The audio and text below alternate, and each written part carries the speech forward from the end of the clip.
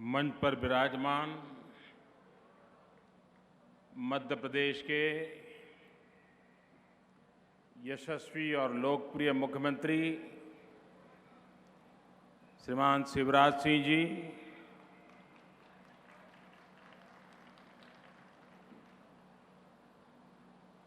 आज हम सबको आशीर्वाद देने के लिए पधारे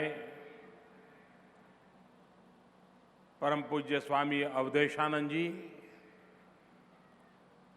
केंद्र में मंत्रिपरिषद के मेरे साथी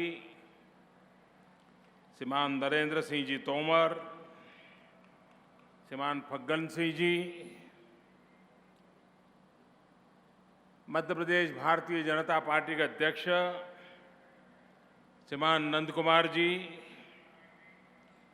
राज्य में मंत्री डॉक्टर गौरीशंकर जी, श्री पाठक जी और संसद में हमारे साथी श्रीमान ज्ञान सिंह जी,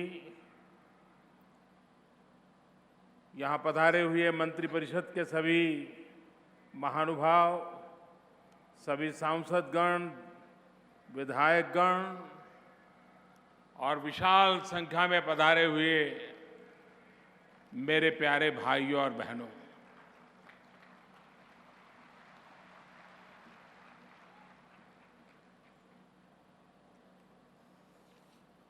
हमारे शास्त्रों में एक मान्यता बनी हुई है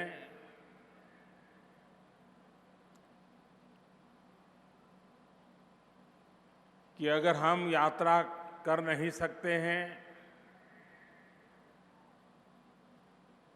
लेकिन किसी यात्री को अगर प्रणाम कर लें तो यात्रा का पुण्य प्राप्त होता है।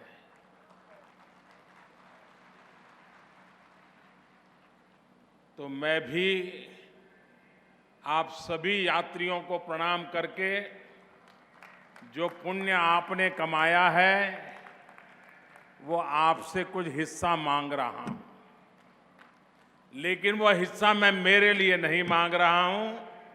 आपकी ये यात्रा से कमाया हुआ पुण्य मां भारती के काम आए, 125 करोड़ देशवासियों के काम आए,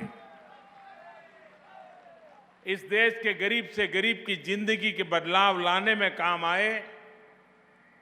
और मुझे विश्वास है नर्मदा यात्रा ही है यात्रा जिसको परिक्रमा से जोड़ा गया है। और मैं इस शास्त्र से भली भांति परिचित हूं। मैंने उस दुनिया को जीने का कभी प्रयास किया था और उसलिए मुझे पता है कि जब नर्मदा परिक्रमा करते हैं तब अहंकार कैसे चूर चूर हो जाता है, अहंकार कैसे मिट्टी में मिल जाता है। और परिक्रमा करने वाले व्यक्ति को मां नर्मदा जमीन पर लाकर के खड़ा कर देती है, सारे बंधनों से मुक्त करा देती है, सारे पद उपाधियों से अभिभूषित हो उससे भी परिक्रमा के दरमियान मुक्ति मिल जाती है। मां नर्मदा और नर्मदा का सेवक के बीच कोई द्वैत नहीं बचता है, एक अद्वैत की अनुभूति होती है। आपने भी आज जब मां नर्मदा की इस महान सेवा करने का संकल्प किया है, जब वक्त बदलता है तो कहां से कहां पहुंचा देता है।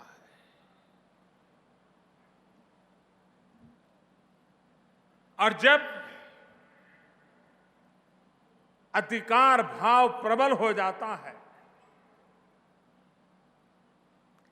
कर्तव्य भाव क्षीण हो जाता है, तब ये समस्याएं पैदा होती हैं जो आज हमें नर्मदा सेवा के लिए निकलना पड़ा। यही तो मां नर्मदा है जिसने हजारों साल से हमें बचाया है, हमें जीवन दिया है, हमारे पूर्वजों की रक्षा की है। लेकिन हमने अपना अधिकार मान लिया, हम कर्तव्य से विमुख हो गए और मां नर्मदा से जितना लूट सकते थे लूटते रहे।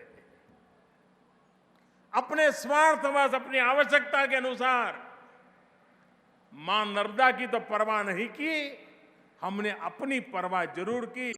मन में वो अधिकार भाव था कि मैं मां नर्मदा पर तो मेरा अधिकार है, मैं उसको जैसे चाहूं वैसे उसका उपभोग कर सकता हूं। और उसी का परिणाम हुआ कि जिस मां नर्मदा ने हमें बचाया था, आज हमें उस मां नर्मदा को बचाने के लिए पसीना बहाने की नौबत आई है।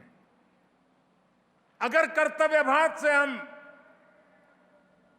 विमुख न हुए होते, मां के प्रति हमारे कर्तव्यों को हमने निभाया होता, तो मां नर्मदा उसको बचाने की नौबत मनुष्य के जिम्मे नहीं आती। और इसलिए समय से रहते मध्य प्रदेश के मुख्यमंत्री, मध्य प्रदेश की जनता वो सजग हो गई। हिंदुस्तान में कई नदियां हैं, नक्शे पर निशान है, पानी का नामो निशान नहीं है। कई नदियां इतिहास के गर्त में खत्म हो चुकी हैं। हमारे देश में केरल में एक नदी है, शायद एक ही नदी है जिसका नाम भारत पर है, भारत पूजा।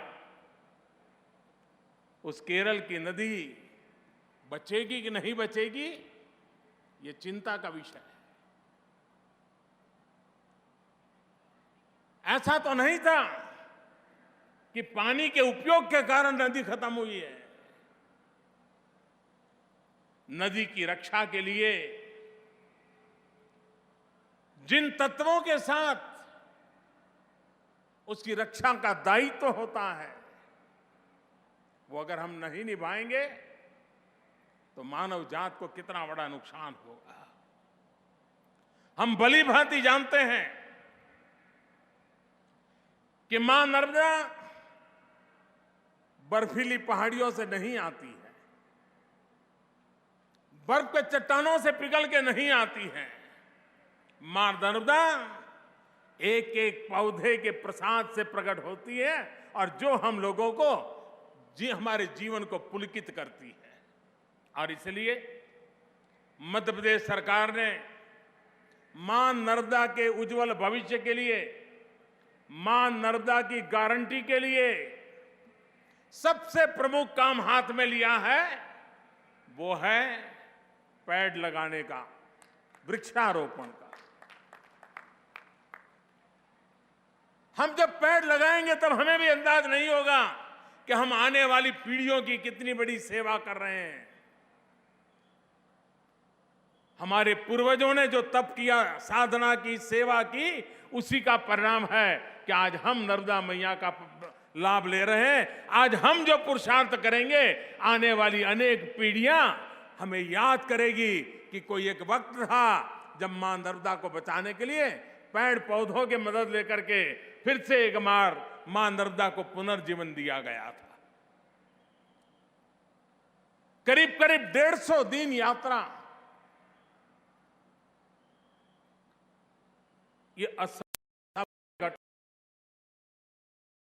लेकिन हमारे देश का दुर्भाग्य है कि जहां कहीं सरकार जुड़ जाए, जहां कहीं राजनेता जुड़ जाए, तो उसके महात्म्य को खंडित करने का ही प्रयास होता है। वरना ये एक ऐसी घटना है, और मैं मध्य प्रदेश की जनता को नर्मदा यात्रा से जुड़े हुए, इस सेवा यात्रा से जुड़े हुए लक्षावधि लोगों को, नर्मदा तट पर बसे हुए हर नागरिक को हृदय से बधाई देता हूं। यह ऐसी घटना है कि दुनिया के किसी देश में नदी की रक्षा के लिए 150 दिन तक इतनी तपस्या की गई होती तो पूरे विश्व में उसकी चर्चा हुई होती, पूरे विश्व में उसका जयकारा बोला गया होता। दुनिया के बड़े बड़े टीवी चैनल इस घटना को अंकित करने के लिए दौड़ पड़ते हैं।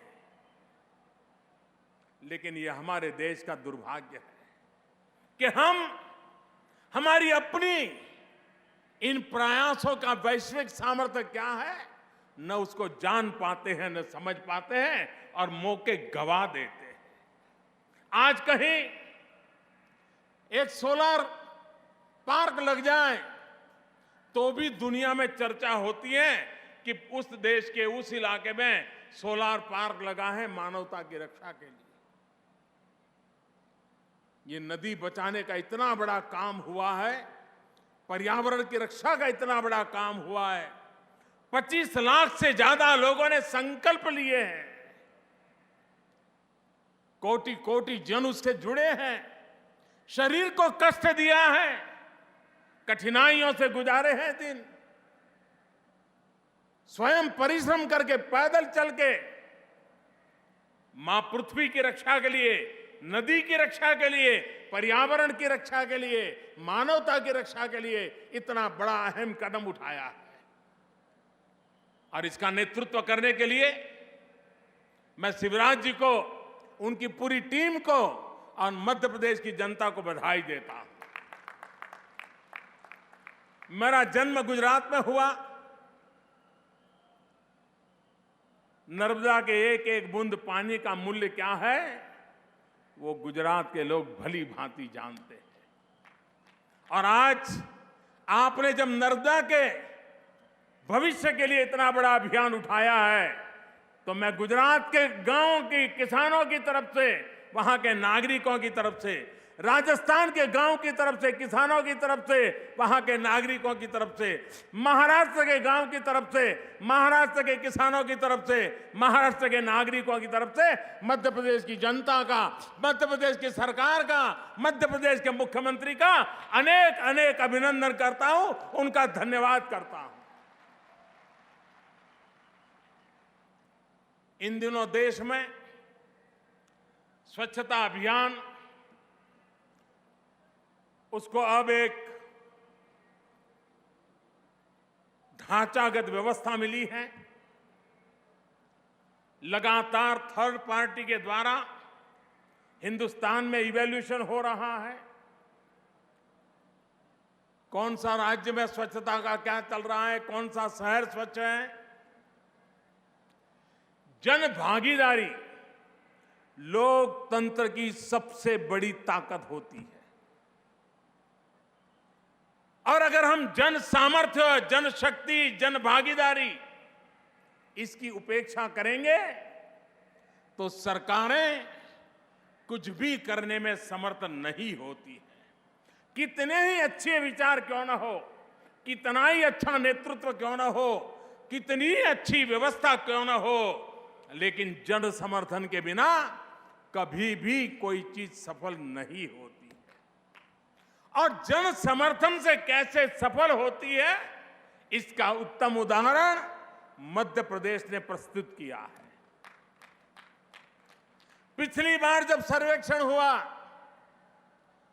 तब स्वच्छता की दिशा में मध्य प्रदेश का नाम बदनामी की सीमा में आ गया था।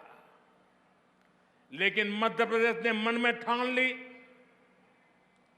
ये कलंक मिटाने का संकल्प किया, जन जागरण किया, जन भागीदारी बढ़ाई, जन जन को जोड़ा। और आज मैं मध्य प्रदेश को बहुत बहुत बधाई देता हूं।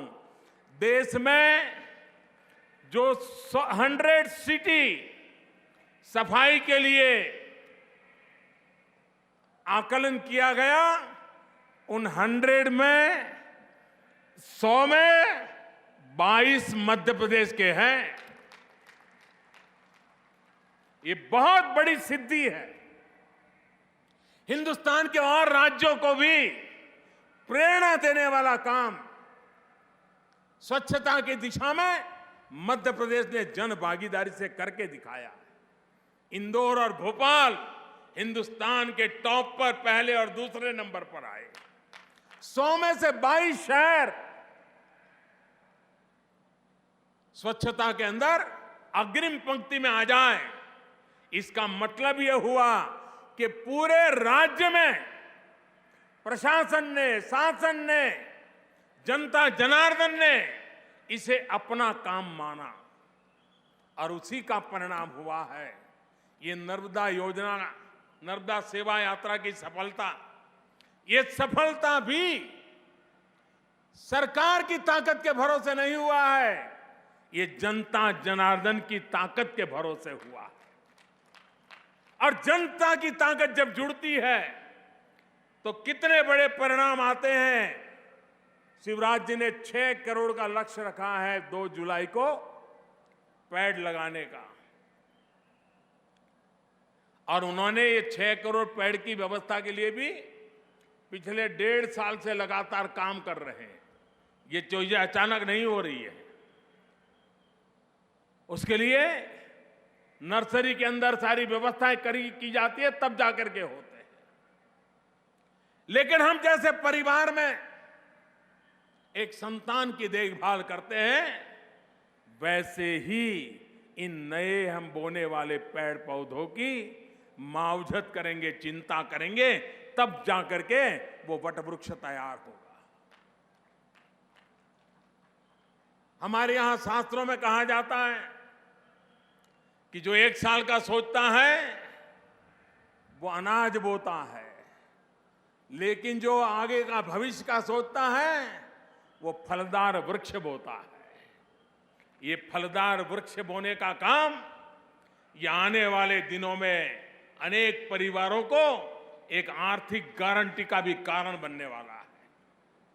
मुझे विश्वास है कि मध्य प्रदेश सरकार ने जो बीड़ा उठाया है और जो उन्होंने कार्य योजना बनाई है, उस कार्य योजना की किताब मुझे उन्होंने पहले पहुंचाई थी। मैंने उसका अध्ययन किया। हर किसी के लिए उसमें काम है, हर जगह के लिए काम है। कब करना, कैसे करना, उसका विधि विधान है। कौन किस काम को देखेगा, इसका पूरा प्रारूप है। एक प्रकार से परफेक्ट डॉक्यूमेंट है फ्यूचर विजन का। मैं देश के अन्य राज्यों से भी आग्रह करूंगा और शिवराज जी से भी आग्रह करूंगा कि हिंदुस्तान के सभी राज्यों को एक किताब भेजें और प्राकृतिक संसाधनों की रक्षा का तरीका क्या होता है, मध्य प्रदेश को एक नमूना के रूप में, एक उदाहरण के तौर पर उसे लेकर के सब अपनी अपनी योजना बनाएं। जल ही जीवन है, ये तो हम कहते हैं, नदी माता ही हम कहते हैं, लेकिन हमारी पूरी अर्थव्यवस्था उसी पर आधारित होती है। उसके बिना अर्थव्यवस्था खोखली हो जाती है। अगर आज मध्य प्रदेश में कृषि विकास 20% पहुंचा तो उसमें सबसे बड़ा योगदान माता नर्मदा का है। यह ताकत है, किसान की जिंदगी बदलने की ताकत ये माता नर्मदा में है। 2022 तक हिंदुस्तान के किसान की आय 2 गुना करने का संकल्प लेकर के पूरे देश में काम चल रहा है। मध्य प्रदेश ने उसकी पूरी योजना तैयार कर दी है और उसका लाभ किसानों के सहयोग से हिंदुस्तान के हर गांव को मिलेगा, ये मेरा विश्वास है।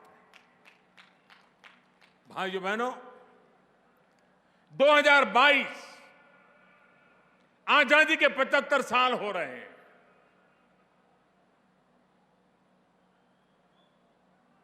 क्या हिंदुस्तान के 125 करोड़ देशवासी